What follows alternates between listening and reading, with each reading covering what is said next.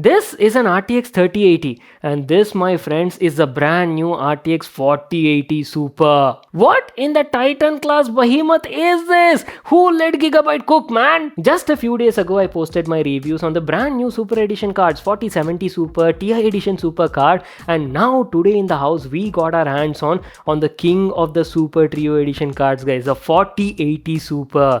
And let me tell you, this video is going to be like super awesome because in the house we have like something top of the line from Gigabyte. This is their Aorus Master Edition of the 4080 Super, and as you've seen, this is like a behemoth size Titan class GPU, guys. It is almost 3 times the size of your regular 3080 Founders Edition card, and I can't wait to check out how this thing actually performs in real world. So today's video we'll be doing like a quick unboxing of this card because, as I've told you, this is something very exclusive. Not everybody can get their hands on such an exclusive card, right? So I'll give you like a very first hands-on experience on this brand new 4080 Super Aorus Master from Gigabyte. Plus I'll also do like complete review of this card. We'll be checking out the benchmarks, gaming tests, and also a little bit of comparisons as well. So without wasting any more time, let's quickly get started with the unboxing. So our brand new Aorus Master RTX 4080 Super from Gigabyte came in this sort of box packaging, and I'm telling you, right, this is one of the biggest graphic card box we have ever unboxed on the channel. First of all, let me tell you what exactly is new on this new Super card compared to the already existing 4080.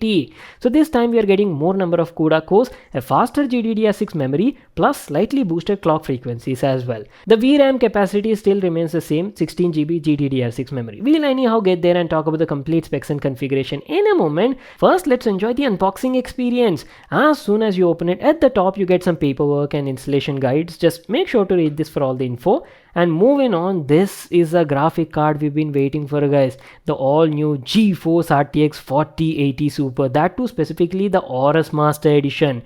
And my god, look at the size of this thing. Literally behemoth, guys. Keeping that aside, in the package you also get some accessories which include a 12-pin to 3 8-pin power connector. A GPU mount bracket is also there, basically your anti-sag mount bracket, and lastly a nice Aorus sticker. So that's it, these are all the accessories we got in the package. Now let me give you a closer look at the graphic card and talk about the design and build quality. Literally, I'm telling you, right, the Aorus Master Edition of the 4080 Super is a Titan class behemoth, guys. It has a 3-slot design and is super big in size. I'm not sure how it's looking in the video, but it is like very heavy and damn impressive. Look at the build quality over here. Top notch build quality, 3 fan design, massive fans at the top side, and has a dual tone color scheme. You've got the Aorus branding on the front plate, and let me quickly remove the stickers. You know, this is the best part about unboxings, peeling stickers and experiencing the product firsthand. Now you people know, right, 4080 Super is still based on Ada Lovelace only and is based on AD103 GPU. And look at the top side over here, you've got the Aorus logo and comes with a special customizable LCD display as well. You can completely customize it using Aorus software on your PC. And look at that chunky block of heat sinks and copper heat pipes. Oh wow. And here's how the backplate looks like, full metallic backplate, and has a large cutout on the right side for basically air circulation and ventilation. Nice Aorus logo as well.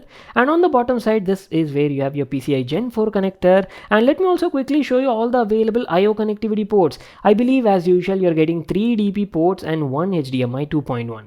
So that's it, basically our complete overview on the design and build quality part. So before we directly jump into the benchmarks and check out the performance, I've made like a quick comparison between 4080, 4080 Super and 4090. So this will actually clear all your doubts and questions in a jiffy. Compared to the 4080, the Super Edition, as I've told you, features slightly higher number of CUDA cores at around 10,240, whereas you're getting 9,728 on the previous 4080. VRAM capacity still remains the same, 16GB GDDR6X memory, and with the same size memory bus width as well, 256-bit. But the Super Edition is slightly faster, guys, at around 23 Gbps compared to 22.4 Gbps. That is roughly around like 3% faster, I would say. TGP still remains the same at 320 watts, and the L2 cache is also same, 64 MB. So we will be doing a lot of different testings, guys. We'll be playing like different AAA title games at different resolutions, 1440p, 4K resolution with NVIDIA technologies like ray tracing, DLSS on and off, frame generation on and off, and you'll get complete details right now. So starting off the benchmarks with Last of Us. Again, as I've told you, Last of Us is a very graphic intensive game,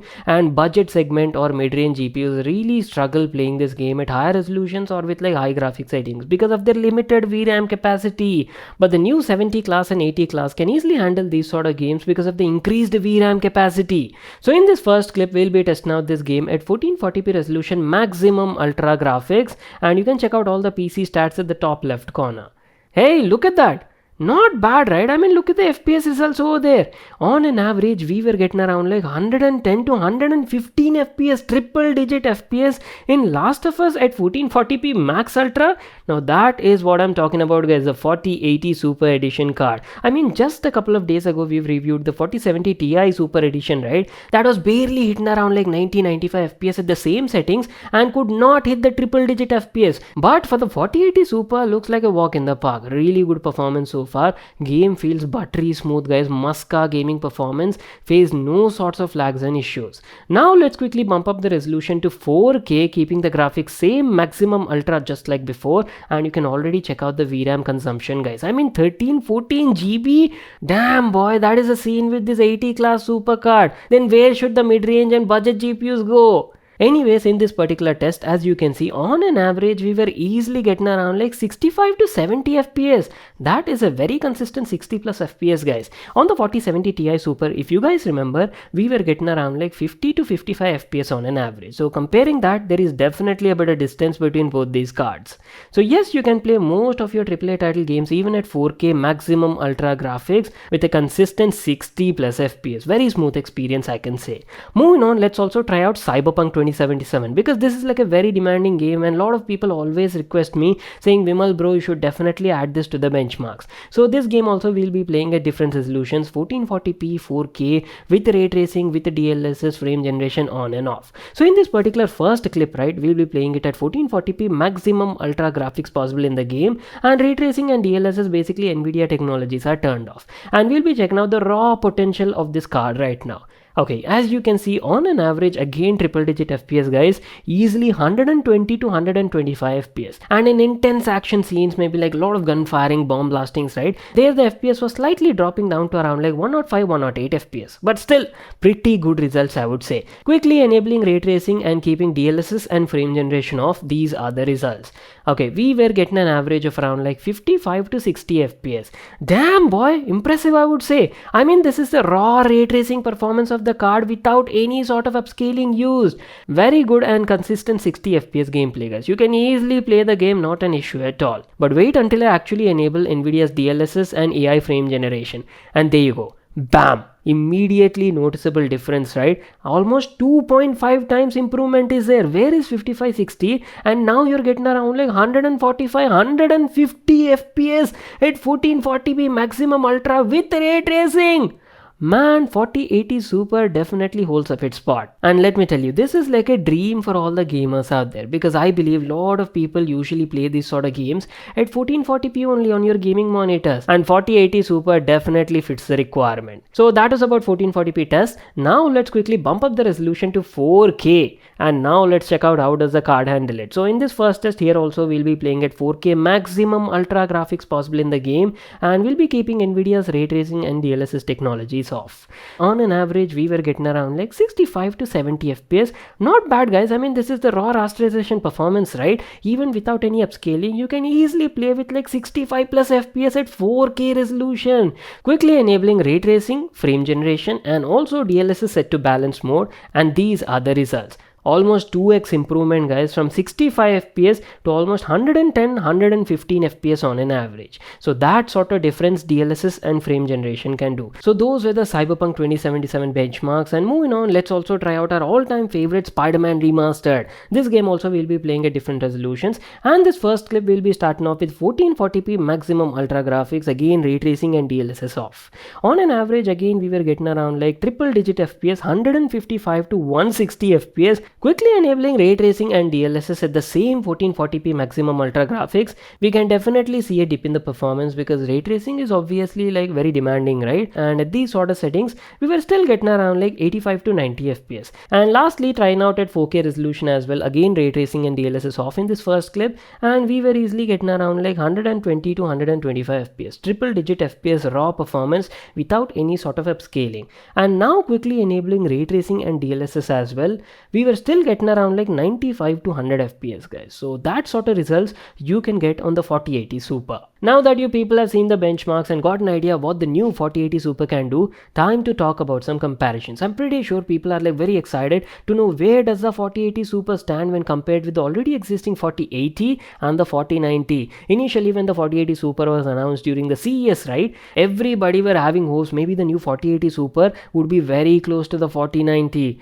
But to be honest guys, after doing all these benchmarks and practically checking out the performance and gameplay results, 4090 is still way ahead of the 4080 Super. Nvidia has definitely kept a bit of distance and there is no way they'll be closing that gap to the Titan class GPU 4090. Anyways, first of all, let me compare it with the already existing 4080. So as I've told you during the intro only, 4080 Super is like a slight improvement over the already existing 4080. You're getting like slight increase in CUDA cores, faster GDDR6 memory and 2% boosted clock frequencies, and all of that contribute to roughly around 3 to 4% of performance improvement. Not that major, I would say. I've tested and benchmarked variety of AAA title games, and at 1440p after testing like 7 to 8 games, 4080 Super was hardly around like 2 to 3% faster, and at 4K we were getting slightly better results of around 3 to 4%. So roughly that is the kind of difference you can expect over here. So if you're already having like a 4080, right, no need to worry. The 4080 Super doesn't offer like majority of improvement and you're still good to go for the upcoming years. Unlike the 4070 class series where the 4070 Super was almost like 14 to 15% faster than the 4070. So I really wish the 4080 Super also had that sort of difference. But anyways, this is what the current scenario is. And if you compare it with the 4090, right, 4090 is like in a complete different class, and the main reason for that is it is based on the AD102 GPU, whereas this one is based on AD103. And also there's like a huge difference in the amount of CUDA cores as well. You're getting almost like 16,384 over there and 10,240 over here. And not to miss out, they increased the VRAM capacity as well. I really wish Nvidia could have given at least 20 gigs of VRAM on the 4080 Super Edition card, and that would have made definitely a good improvement, I would say. Anyways, not to miss out the L2 cache as well. 4090 has like 72 MB of cache and you're getting only 64 MB, same as the 4080 on the Super Edition card. And if you're comparing with the competition side, right, Radeon 7900 XTX, which is like very close competitor to the 4080 class series, in terms of raw rasterization performance, 4080 Super is around like 5 to 6% slower than the 7900 XTX. But not to miss out ray tracing performance, if you're actually enabling and checking out ray tracing now, 4080 Super is almost 25 to 30% faster than the 7900 XTX. So where exactly does the new Super Series card stand in the market? It is somewhere in between the 4080 and 7900 XTX if you talk strictly in terms of rasterization performance. So that is the whole Super story going on right now, and what do you people think? Share your thoughts in the comment section down below. I hope you people got complete information including the benchmarks, performance testing and also comparison for the 4080 Super. If you all enjoyed it, make sure to like this video, smash that like button. And talking about the price, as I've told you, 4080 Super is going to be priced even lower than the 4080. We're not yet sure about the exact pricing in the Indian market, but if I had to take a guess, I believe the 4080 Super might be priced somewhere around like 1.2 to 1.25 lakh rupee. And that's it. Subscribe to my channel for more such awesome videos, and I'll see you all in my next one.